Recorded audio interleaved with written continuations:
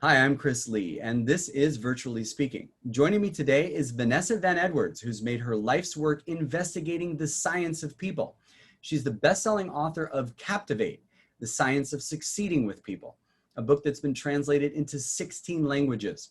Her videos online have been viewed by over 30 million people, and hundreds of thousands of people have taken her communication courses online. Vanessa works with the small businesses, the entrepreneurs, all the way up to the trillion-dollar companies. And she's been featured on CNN, BBC, CBS, Fast Company, Inc., USA Today, The Today Show, and many more. Vanessa studies the hidden forces that drive our behavior patterns, and she's cracked the code. She gives us valuable shortcuts, systems, and behavior hacks for taking charge of our interactions at work or anywhere. When you understand the laws of human behavior, you can get along with anyone, and your influence, impact, and income will all increase as a result.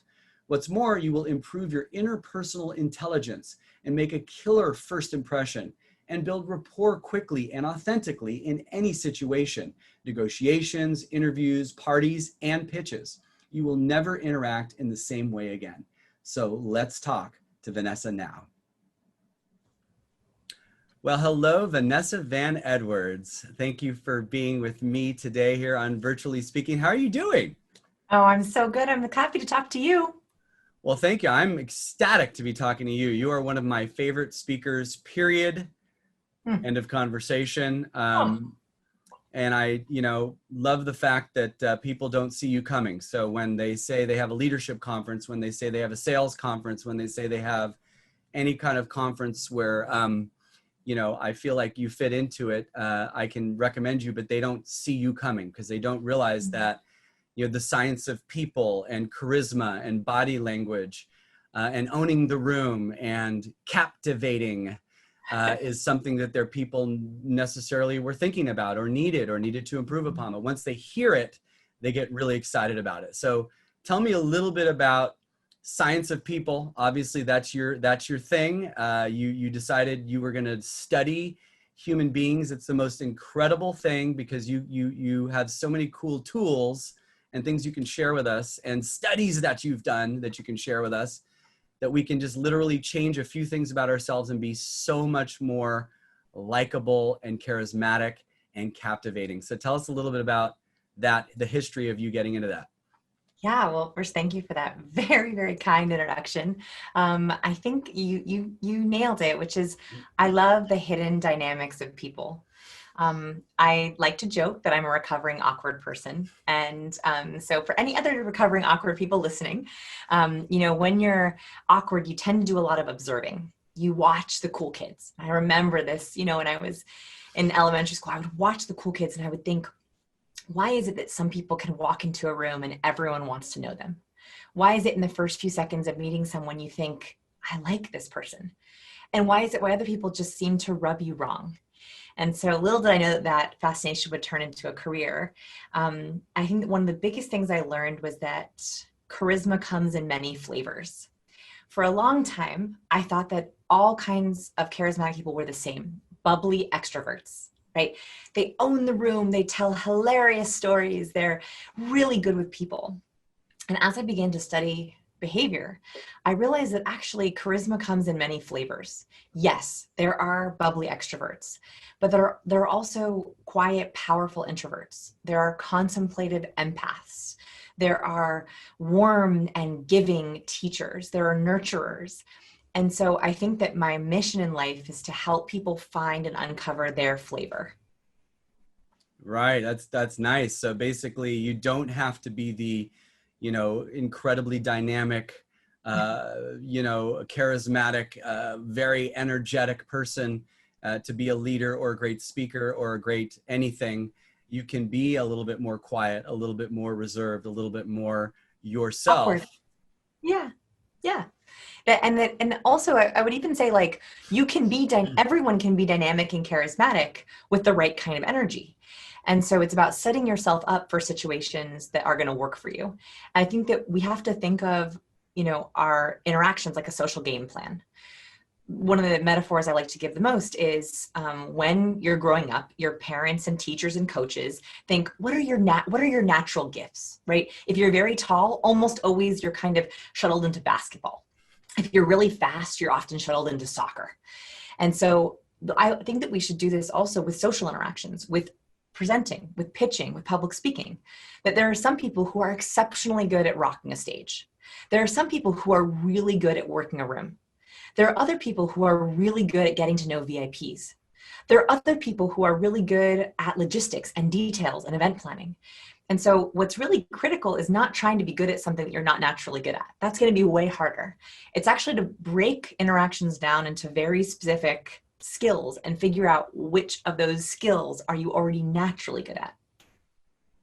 That's really cool. But you also give people tools to not only be more charismatic, and you can, I'm sure, share a lot of that with us today, but also, you know, how to read other people, right? That's kind of the other half of, you know, putting yourself in a position to do business with somebody you can trust, or who's authentic, or who is like-minded, or a good person who you can feel is going to be a good partner in this transaction. So are they lying to me?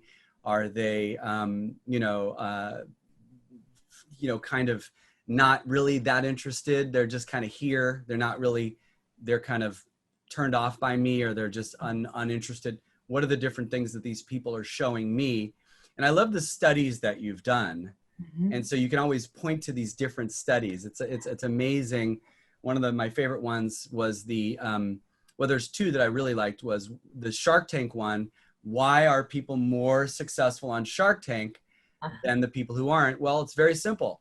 The people who walk in and make eye contact with the judges, and who look comfortable and smile at the judges as they're walking in, tend to be a lot more successful on the show than those who kind of have their eyes down and walk to their mark, and they're kind of look obviously a little nervous, and they're afraid to make the eye contact. And then the TED Talks. Why do two TED Talks have the same exact title, basically, but one has 50,000 views and one has 500 views? You know, and it's because a lot of it is because of the way the person comes across visually, not what they're saying, not how they sound, but how many hand gestures are they making? What is their body language? So these things are absolutely just so interesting. Mm-hmm. The TED Talk study was one of my favorites because I think we tend to put all of our eggs in the verbal basket. When we're thinking about communication, we focus very much on the words we want to say. We script out answers in preparation for an interview or a pitch. We rehearse the perfect script for a speech. And right. Words are really important. Don't get me wrong. They're very important, but how you say something is just as important as what you say. And so for the TED speakers, everyone was good. Everyone had good words, right? If you're invited to give a TED Talk, you're an expert in your field. So everyone was good. Their words were good. The difference is, what's the difference between good and great? Good TED Talks have a couple thousand views. Great TED Talks have a couple million views. And so that's what we were curious about. And so we analyzed thousands of hours of TED Talks in our lab, looking for different variables. We weren't sure what we would find. Why is it that one TED Talk goes viral with 48 million views and others don't break 50,000? And there was a couple different things that came up. A lot of them had to do with the nonverbal content, specifically that really good speakers know their content so well that they speak to you on two tracks. They can speak with their words. They can also outline their concepts along with their hands. So you'll notice the very best TED speakers, they get on stage, they hit that little red dot, and they say, today I want to talk to you about 3 big ideas. And I'm going to talk about things that are going to change your life. Right. And they gesture at the audience, they hold up 3, they talk about a big idea, not a big idea. And those things are incredibly powerful because it actually helps the brain hook. And what's interesting is if you're just listening to this, if you're not watching it, my hand gestures also add a dynamic aspect to my voice. So if I were to be sitting on my hands right now, 2 things would happen. One is my voice would sound more boring, more monotone. Hand gestures actually add depth to our vocal tone. The second thing that would happen is actually I would become worse at explaining my ideas. And they've repeated this in a number of different experiments by Susan Goldwyn Meadow. She found that our gestures and our thoughts are quite intertwined. So when you ask people to explain a story and they can't use their hands, they are less fluid in explaining that story or that idea. And so your gestures are not just important for other people to understand you and hear about your vocal charisma and your gestures, but they're also important for you as a speaker to feel more confident in your explanations. And also as a salesperson or a CEO walking into a board meeting or being in front of his, peers or his company. That's. Can I tell you the biggest mistake salespeople make? Can we do that? Yeah. Okay. So I love talking about gestures with sales folks. They're really important, but actually I do a ton of sales trainings, and there's one mistake that salespeople make the most, and they don't even realize it's destroying their rates and their conversions. And it is that salespeople typically have some kind of script they're working off of. They have a similar pitch and they nail it. They have it down to a science. And when they get to their number or their price, that's usually the number that makes them the most nervous, right? They're really scared their price is going to be turned down. And so they ask their price instead of telling their price. They use what's called the question inflection on their price. So the question inflection is when we go up at the end of our sentences. So on a statement, it sounds like I'm asking, even though it's actually a statement. That's a question inflection. And when the brain hears the question inflection on not a question, it begins to get suspicious. It actually activates a very different part of our brain than just listening. And so what happens is you have a salesperson, they get on the phone and they're like, we would love to have your business. We would love to work with you. And the price of our package is $5,000. When you do that, you are actually asking your price instead of stating it. You are begging someone to negotiate with you. We hear the question inflection as a suggestion. So by asking your price, you're basically begging people to negotiate with you. You're begging people to doubt you because they're thinking, should I pick that price? Is that price real? And a lot of the times, if salespeople do have some wiggle room on their price, they give away the fact that they have wiggle room by asking. So it's really important, whatever you're nervous about, your timeline, your price, your final give, that you say it, don't ask it. So instead of, and the price will be $5,000, I want you to say, the price will be $5,000. That one change will get people to believe you more. Absolutely. That's so good. I love that. And there's so many little hacks and tricks that you have. So that's kind of your favorite one for sales. Mm-hmm. What are some of the most common things? I mean, you speak all the time to corporations and to associations. So the associations are usually small business owners and people who are leaders of organizations. And of course, the companies that have you a lot of times have you speak to their executive teams or leadership teams. So what are the most popular things that they're asking you to help them with? What is it that you're hearing the most from them that they want you to give to them? Yeah, so we have to remember that with communication, there are two sides. And typically when I'm brought into a company, I do a lot of all hands too, where you have a big group of people from all over the company that they have to use the same communication skills, where the HR team has to talk to the engineering team, and the engineering team has to express their desires to the marketing team. And the marketing team gets very frustrated with the engineering team. Right. So the very first thing that I'm brought in to talk about is the science of our communication. And the most important thing we have to know is that there's actually two aspects of our communication. We don't think about it this way. We get very focused on decoding. So a lot of the times when people talk about communication, they talk about reading people or spotting emotions or spotting lies. And that's incredibly important, but decoding is actually only one part of the loop. It's actually a loop. The other part is much more important, and that's called encoding. So encoding are the signals we send to others, and decoding are the signals we read from others. Right. And this is actually a really interesting feedback loop. So what we've found is that when we encode happiness, confidence, competence, charisma, that makes other people decode our cues, and they often catch it. So the name of my TED Talk is You Are Contagious. And the reason for this is because the more charismatic you are as a leader, the more charismatic you actually encourage your team to be. And then it creates this really amazing positive feedback loop. It also happens in the opposite way with negative emotions. So if you are critical or suspicious, and you encode, without realizing it, those micro messages of suspicion and judgment and negativity, that actually begins to infect your entire team. And they found that emotional contagion can infect an entire organization, even through email. And so what I'm brought in to talk about is, how do we begin to create positive loops of communication? How do we take control of our micro messages? How do we know, okay, I want to show up to this meeting and encourage collaboration.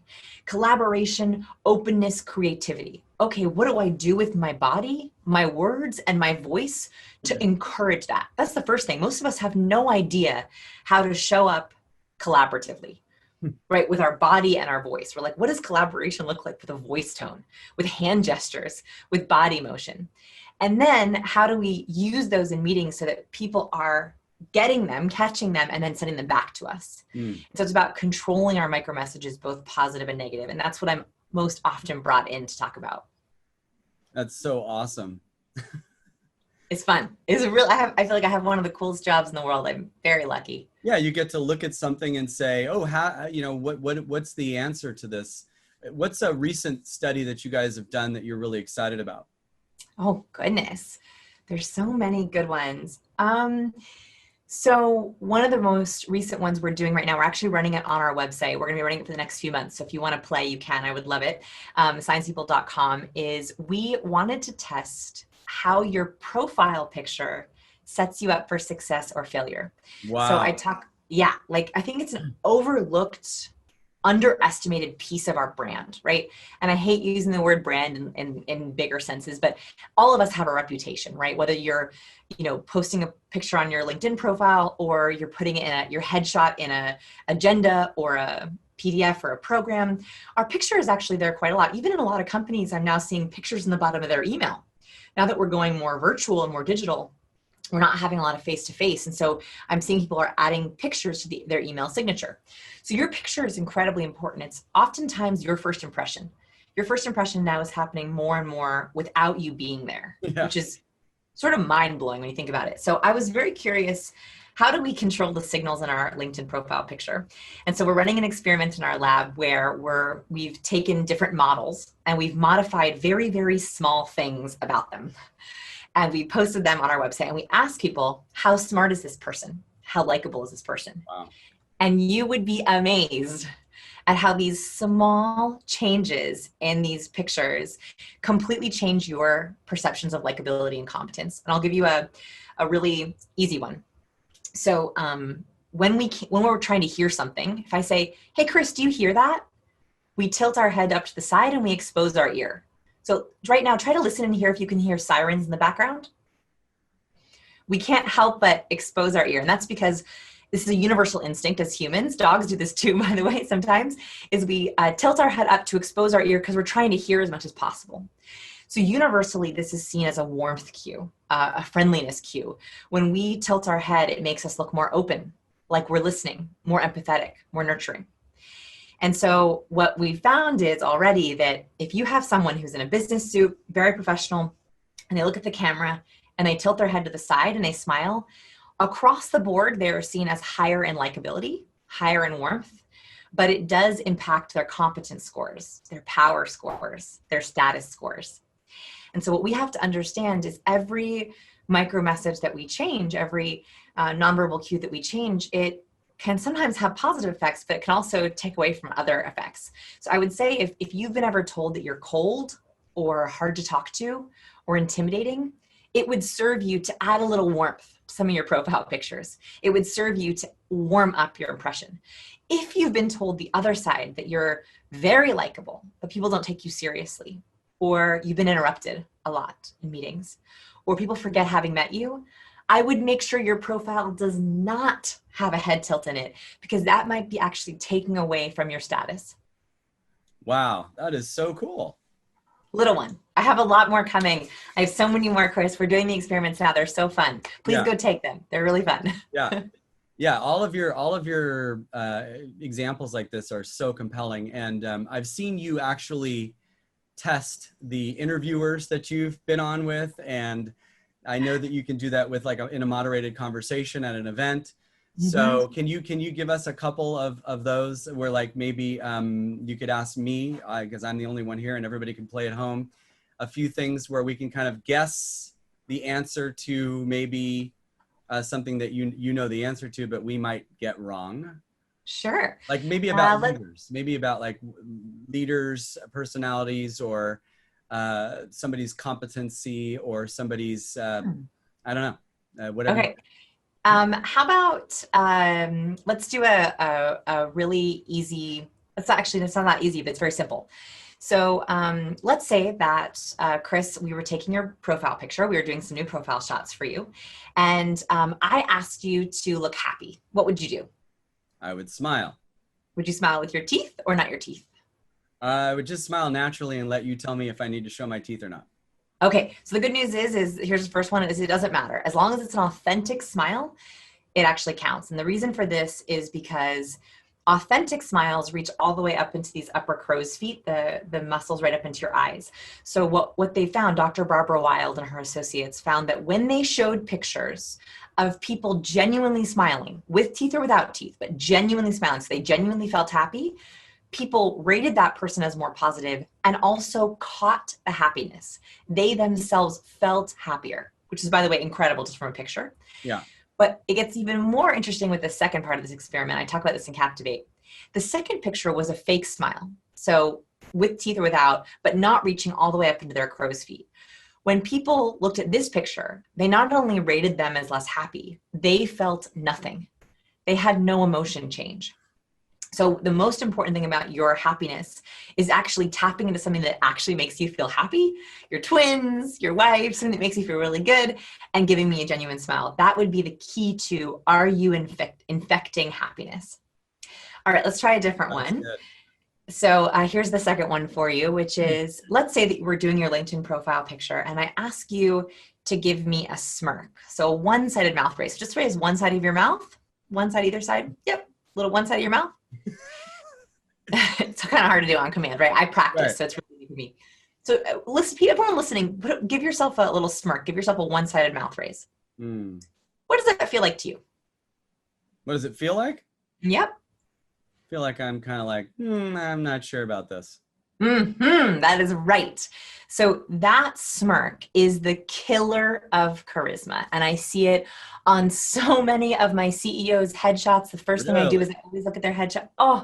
Where they give a half smile or a smirk, because people mistakenly think that this means half happiness or things are okay. It's sort of a demure happiness. Right. But that actually is so far from the truth. So a smirk or an asymmetrical smile is actually the universal expression of contempt. And one of the things I talk about in Captivate are these 7 universal facial expressions. And these have been repeated across cultures and races and genders, socioeconomic status, that when we are expressing these 7 emotions, we express them with the same facial expressions. They even found that congenitally blind babies who've been blind since birth, show these same 7 facial expressions, even though they've never seen a face. Wow. So there are somehow these universal expressions. So one of them, the most simple one, is contempt. It's a one-sided mouth raise. So when I do that smirk, I feel scornful, better than, negative, pessimistic. And so when I see CEOs or LinkedIn profile pictures or dating profile pictures, I get so upset because it's like telling people that you're better than. It's like telling people that you're negative. And so please, I'd rather you have a neutral face or a genuine happy face. No fake smiles, no half smiles. That's so good. So amazing. Easy, right? Super easy. Yeah, it's totally super easy. And I just had a great question and I can't remember what it was because I got wrapped into that one. Here, I'll drink water. I'll drink water and you can think of it. I forgot what it was. Well, I mean, okay, yeah, I remember it. Thank you. That was perfect. Yeah. So one of the ones that's interesting is now you have a connection. Am I wrong? You have a connection with Lie to Me, right? Yeah. Well, so yes. What's that connection? Yeah. Okay. So I love the show Lie to Me. Highly recommend watching it. Actually, I recommend the first season. The first season, they have a great writer. The second season, they changed writers and it becomes much less accurate. So I love the first season of Lie to Me, which is a show about a man who is a human lie detector. He studies body language and facial expressions, and he creates an institute where he's able to read people quickly. So that show is actually based on a real man.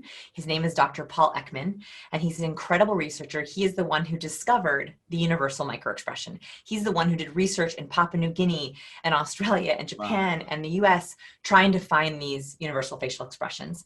And so he discovered that, I believe, in the 1970s, and has been doing pioneering work on emotions ever since. And so the show writers found his story, read his books, and decided to do a show on his life, on his institute. He is the one who trained me in microexpressions. So when people ask what I do, sometimes I say, have you seen the show Lie to Me? Right. I study people. Although one thing that I very quickly learned I don't do is I don't spot liars for hire. That is what they do in the show. But my goodness, Chris, have I gotten into some trouble trying to spot lies? You have no idea the kind of requests that come across your desk when people think that you can spot lies, because they get very personal and very sticky and very political. So while I teach lie detection, I don't spot lies for hire. Too dangerous. Yeah. But tell us a little bit about when you know somebody's lying to you. What is it that's the number one giveaway, or the number 1 and 2 giveaways? Yeah. So I have a helpful example, and then I'll also give a research example. So a helpful example is, one of the most important things to understand about lie detection is you're looking for congruence. So when someone is telling the truth, everything aligns. They're very congruent. So they say that they're happy, their face shows that they're happy, their voice sounds happy, and they use happy body language. Congruent, congruent, congruent. Right. A liar is typically very focused on 1 or 2 channels. They want to convince you of the lie. So for them, you're going to see leaks of guilt, or you're going to see an incongruence. So that could be that they say they're happy, but they don't show real happiness. Or they say they're really angry too, but they look afraid. So the biggest thing that you're looking for is there an incongruence between the body, the voice, and the face? The 3 kind of major channels. The research perspective I'll give on this is there's been a lot of research on lie detection. Yeah. And typically we are very bad at spotting lies. The average person can only spot lies with 54% accuracy. Wow. That's not good. No, it's like a coin toss, right? You'd be better off just like flipping a coin and trying. But what they have found is one of the fastest ways. You can go through lie detection training. We have a lie detection training on our website if you want to actually learn the steps. But if you're like, I don't want to go through the whole step process, I just want like a quick tip. The one way that the research has been able to improve people's scores is by simply having them look for, does someone look nervous? So not even trying to spot specific cues or incongruence or not.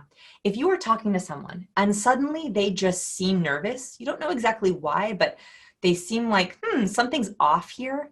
Right. That is your brain's ability to say something is off. There is something incongruent. So that's the kind of easy thing I tell people is what you're looking for is sudden nervousness. That usually can hint something's not right. That's great. And you also have one that I like a lot, which is the disgusted. Like if somebody's disgusted, what is that thing that they do? They go like this. If somebody's like truly perturbed or disgusted with something, maybe it's so disgust is like my favorite microexpression. I think it's I do love it. I think it's very underestimated. So disgust, you can make it with me if you want. So disgust is when it's like you smell something bad. So crinkle your nose up and flash the upper whites of your teeth and then say, ugh. So it's in your nose. Yeah. And that's because when we're disgusted with something, we crinkle up our nose to try to close our ability to smell, right? Like that's actually where it comes from. Wow. And people always say to me, disgust, like I don't need to know if people don't like the food, or I don't need to know if they smell something bad.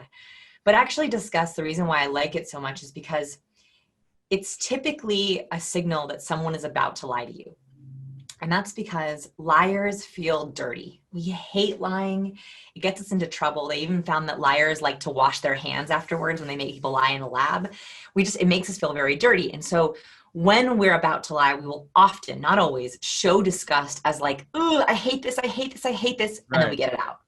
So if you ask someone, so what do you think of the new girl? And they go, yeah, fine. And they have their nose crinkled up.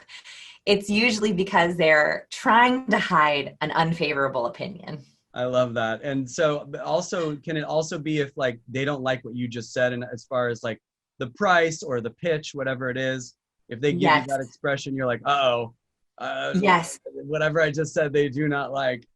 So one of the, you talked about my Shark Tank experiment earlier. So my co-researcher and I, Jose Pina, we analyzed 498 pitches on Shark Tank. It took Jose months to code all these But you episodes. didn't help? It was all Jose? He did all the coding. Woo! Jose's amazing. He did all the coding, all the gathering, 498 pitches. Wow. And one of the things that we saw was that sometimes you have a bad first impression or you have a lackluster first impression. And that's not everything. A first impression isn't everything. The people who recovered the best were what I like to call dynamic pitchers. So when I work with entrepreneurs, when I work with people who are doing a lot of pitching, I try to teach them that you probably have a script. You probably have a presentation or a proposal or agenda. The biggest mistake you can make is trying to barrel through it, right? Like this point, and this point, this point, I'm going to wow them with all these points. The best thing you can do is share a point and look for the micro message. Did they show disgust? Did they show contempt? Did they show genuine happiness? If they show you a micro positive, something that's very, very positive, you want to double down on that. Like you just hit it. Don't skip ahead. Like you want to drill into it. If they show you a micro negative, this happened all the time on Shark Tank with successful pitches, they would notice, he just showed disgust. He just wrinkled his nose up. They would pause their pitch. They would address that shark and they would say, let me go into further explanation for you. Right. And they would explain what it was. And then they were able to move on. And so the most important thing is to be a dynamic pitcher where you're looking for positives or negatives to tell you which direction to go. And that also makes you an incredibly charismatic and dynamic salesperson. That's such and good leader. stuff. And leader. And leader. Yeah.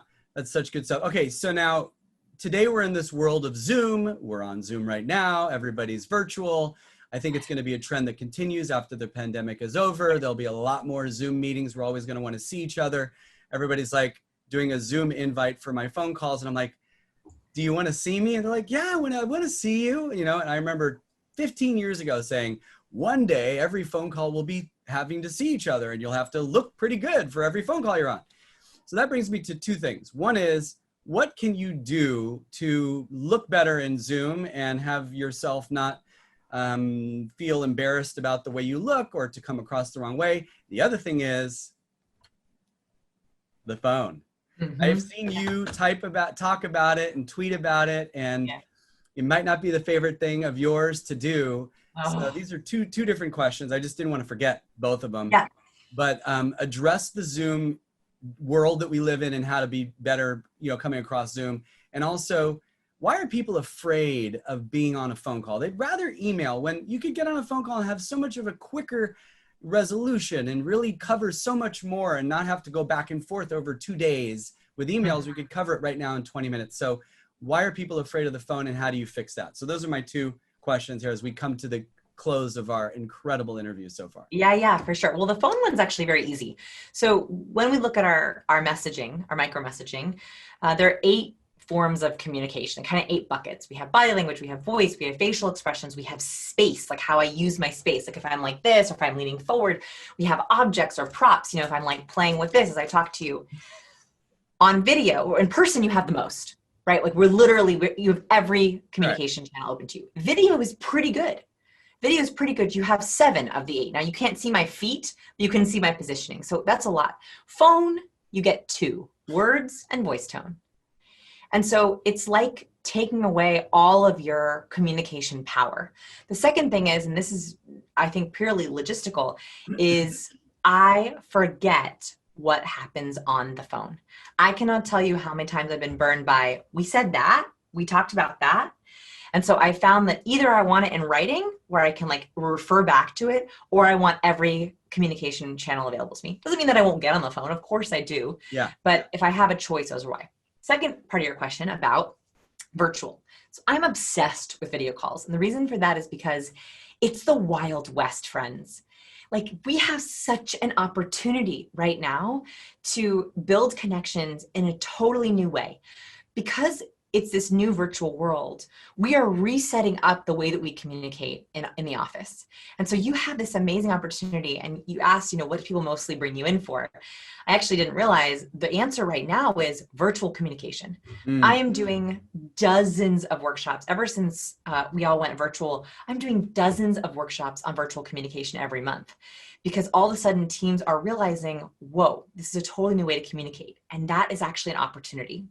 So I have so many video call tips. I have a huge video on YouTube up for free if you want to kind of watch like 15 different ways you can optimize your video calls. But I will say one that will help you hopefully right now. So the biggest difference between in-person and video is space. The reason for this is because when we're in person, there are very specific zones people use for space. So for example, we have the public zone, the social zone, the personal zone, and the intimate zone. And you might not realize it, but when we're interacting in person, we are very subconsciously aware of we're intimate, we're personal, we're social, we're public. On video, those disappear completely. And so the biggest mistake you can make is in your first impression, the first few seconds of your video call. The biggest mistake is they start like this. Hello? Oh, hello, are you there? Oh, hello, hi. And you've lost your first impression. So I got really close to the camera, which should have made you feel like, whoa, whoa. And that is because I got into your intimate zone. And as humans, even though we are a video call and we know that we're separate, it makes us feel uncomfortable. And so the first thing is you want to be about 1.5 feet from your camera. And you want to be able to show the top of your hands and ideally your shoulders. Yes. For sure. That is because in the other person's brain, it makes them feel more safe. It also allows them to see a little bit more of one of your modes, which is gestures and body movement. So this is not a good look right here. This would not be. No, and we don't like that. And the brain gets telling me in the beginning of this interview series that I was sitting too low. And I go back to those early videos and my head was about here. And they're like, bring your head up, man. Bring your head up. And I was like, oh yeah. And it does look so much better.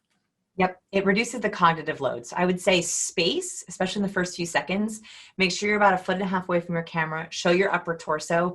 That's going to immediately help people feel like, oh, we're comfortable. Yeah. Okay. Well, give us one more. One more video tip. There's so many good ones. I know. I would say have an opener ready to go, because what happens a lot on video calls, especially meetings, if you're doing video call, is they're like, hey, hi, can you see me? Can you hear me? We're okay. Ah, man, those COVID numbers, huh? Ooh, those wildfires, huh? Yeah. Ooh, that bad news bears, huh? And it sets you up on that very negative contagion, right? You create these negative feedback loops where you cannot snap out of it on a call. And so what's really important is think of something positive, anything positive. Oh, it's beautiful and sunny here. How about you? Right. Oh, it's so great to see you and talk to you. I love your background. Anything positive. No, Chris, you did this really well at the very beginning of our call when we first hopped on. You were like, oh, I love your Captivate blue. I'm wearing blue too. Beautiful. Because it made us have a like moment. That was natural. I didn't plan that out. Yeah. And so like, it can be something very, very casual, background, color, weather. Compliment the person you're talking to, what they look like, how you ask them how their kid's doing, whatever. Yeah. Something positive, something genuine. Love it. Well, you are amazing. I know that you are so busy and I really appreciate you doing this. I was so excited that we got this booked and scheduled. I will never forget the first time I saw you speak. It was in front of a room of like 250, 300 men. It was all men in the room, alpha kind of guys who were, you know, hoity-toity and very much successful people who are not easily impressed. You weren't intimidated at all. And I was totally excited for you. But I was so excited halfway through. I was like, she's the best speaker, because I used to hang out with that group a little bit and go to some of their events. And you were the best speaker I had ever seen at one of their events. And afterwards, the fact that everybody jumped to their feet and cheered and gave a standing ovation was just perfect, because I had, of course, suggested you to be at that event, but because also these guys realized about 2 minutes in that everything you were saying was something they could use. Everything you were saying was stuff that entrepreneurs need to know and leaders need to know and salespeople need to know in order to make them more likable and more charismatic. Your book, Captivate, is a major bestseller, and it's because it's awesome. And your TED Talk, you're in London. It was TEDx London, is that right? Yes, yes. It has so many views, I think in the 7 figures. Yes, we're 2 million, 2.5, something like that. Yeah, because it's just so awesome. And you really are kind of the only person who's talking about this stuff in the way that you do, and you've made it your whole life's passion. You've made it a science. So it's so unique and it's so wonderful. So Oh my I'm so goodness. happy that you came on. No, thank you for having me. Thank you for letting me share this work. I think it's, my life's work. And so I'm just grateful to share with your platform, to talk to your amazing folks. Anyone who's listening, thank you for giving us your time. Thank you for being open-minded and maybe taking some of these away. And I just want to thank everyone for your support.